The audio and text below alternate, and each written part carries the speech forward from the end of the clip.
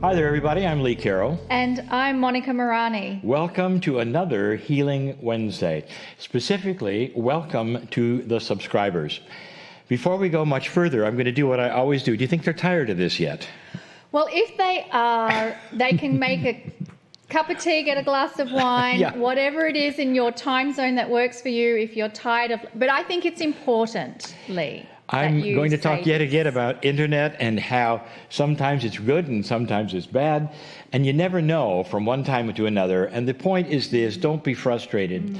If these programs are jittery, if they stop and start, if the audio comes and goes and your refresh button doesn't take care of it, the answer truly is to stop and not watch the program until the replay. And the replays are recordings of these live broadcasts, and streaming it takes a lot more computer power than actually playing a replay. And so, therefore, if we're going to do a replay, and you can just wait, don't be frustrated, about an hour and a half or so after this program is completed, we'll post the replays. Now, some people have asked, well, how do I know? You know, you are on a list, and there's an email. There's numbers of ways how we can tell you about these replays. It's not a mystery, and we are putting them all together for you as well. So, indeed, don't be frustrated. If you can't get a good showing, it's too important not to see it right. I know it's a double negative, but this is how I feel about it. So this basically is what I wanted to tell you is don't be frustrated and go right to the replay. Now, another announcement today, and that is this. If you're a healer or a certified practitioner or a medical doctor or a nurse with a perspective on alternate healing methods, we're looking for you. These Healing Wednesday shows, of course, we're going to do them for a year, and so we're looking for good speakers, and this is next to our hearts, and the reason we're doing this in the interviews is to let you see things that you probably would never see before. You can apply to be a speaker on Healing Wednesdays, and we'll give you an idea if you're a good fit or not, and we'll get back to you if you are. It helps if you already have a following, a practice, perhaps even a list. We'll drop an application link in the chat box today. It's really easy. Just fill out the form. And if you're a good fit, as I say, we'll contact you. So also feel free to forward that application if you know anybody who fits this criteria.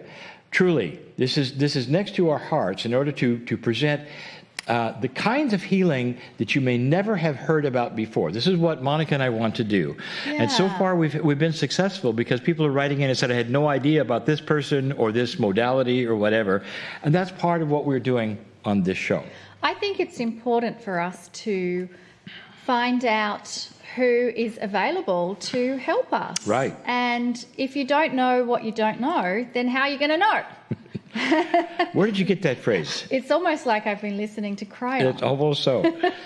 So we take this opportunity, just for a few minutes, to go into some fun experiences we've had or some things that we'd like to share with you that no one has either heard of, or even if they had, it's only been a select few perhaps who have gone to our seminars. And so what have we selected today? Well, Give me a hint so I'll know what we're doing. So Lee often relies on me to be his brain. It's not often. It's all the time, actually. And, you know, it's pretty tough for a guy to live with a woman who remembers everything. Yes, that's right. That's actually my line. Right. But today, Lee, what I thought would be fun to share with everyone is how you handled a situation on going to a place and presenting when this place banned you from using their name. I know exactly where you're going with this one. And the place is called CERN. CERN, C-E-R-N. It's in Geneva, Switzerland. Largest atomic accelerator in the world. And there was plans to go and tour the building. We were doing seminars in Geneva and so excited in the build-up for it. And yet, before it happened, our organizer was contacted by CERN requesting us to, I think, not come. Well, actually, that's true. So we have this metaphysical group. We got the channeler, that's me, by the way, and we have all this set up, and it was Elon, I believe, was the one who was setting this all up, and we were going to go to the Large Hadron Collector at CERN, in Geneva, Switzerland. Collider. I don't think it's a collector. No, it's not a collector at all. Thank you for being my brain. That's okay. So we're set to go there. And I'm a nerd, so I can hardly wait. Now, I've been to Fermilab. I've done that tour. And there's a lot of people who are also interested to take a tour of this amazing facility doing all this physics. All right, so it's set up. Braden is coming with us. He's a speaker. We're going to do a number of seminars around that. And what I mean by that, before and after. Seminars are going to be held in a hotel that's very, very close to the facility of CERN. CERN is so large, by the way, it spans 2 countries, both France and Switzerland. Yes. Yeah, you have to cross the border in order to continue to serve a CERN. All right, so we get this notification that says, please don't come. And well, the seminar didn't hinge on us coming or going to CERN. It was an added excursion option. There was not going to be any channeling. It was simply having an interest in going and being on a guided tour that they put on themselves. The reason I said don't come is because we had already used their name in our advertising of this metaphysical event. They said you can't do that. Because we don't basically, and I'll just paraphrase, we don't want anything to do with you because you're the Looney Tune people and we're real. We represent physics and you represent who knows what. And they were upset that we were using their name. That we weren't using their name for advertising. We just said, we're going to CERN as an excursion. I think they did not want anything to do with anything New Age. That's because correct. They are serious scientists. And to keep that separation. And they'd seen me channel on YouTube, and they said, not going to do it. So we said, what Elon said is that, would it be okay if we continue our advertising, because we've already done this for some months and we have a lot of signups, and simply did not use your name at all in any form, even after we get there. We won't say your name in any of our seminars or anything else. And they said yes, that was acceptable. So suddenly I had an issue. My issue was this, is that I was going to CERN and I had a whole presentation, and it was a metaphoric presentation which was showing how CERN worked and how applying all of these things to our body and our atomic structure and the things that I do in my lectures. Suddenly I couldn't say the word CERN. So I had an issue. How do I do this? Luckily for me, Lego. Do you know Lego? Yeah. Okay. Most people know Lego. Had done all kinds of CERN figures. Not only that, they had a CERN, a whole facility. You could build CERN in Lego. And so I renamed it. I don't really remember. I do. What was the name? C, colossal. Yeah. Do you remember E? No. I think it was enormous. Okay, colossal, that was CE. Round. Thingy. And I think that's what you chose as your acronym. That's right, CERT. No, CERT, yeah. CERT. We changed CERN to CERT. To CERT, a colossal, enormous, round thingy. Yes. That's right. And so that became CERT. And I used Lego to tell about the you-know-what that I cannot say.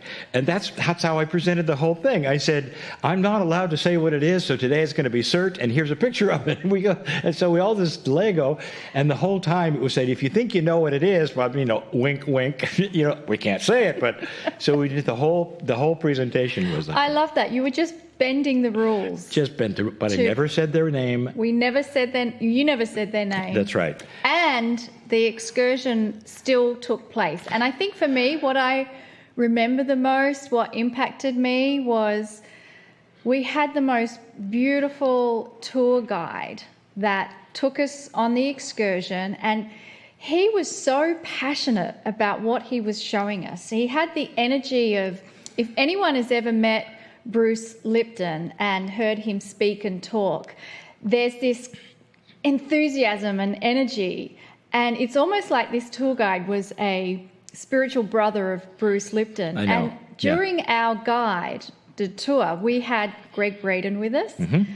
And one of the things the guide remarked to us, who are you people? Because we had a large number of women. in the group. And as you can imagine... More than they would be used to for a physics tour. Yeah, in the physics tour, what are all these women in your group and coming in and being interested? And we also had with us in our group a woman by the name of Sundari, and she is a chemist with the most amazing story. She's a PhD chemist, professor.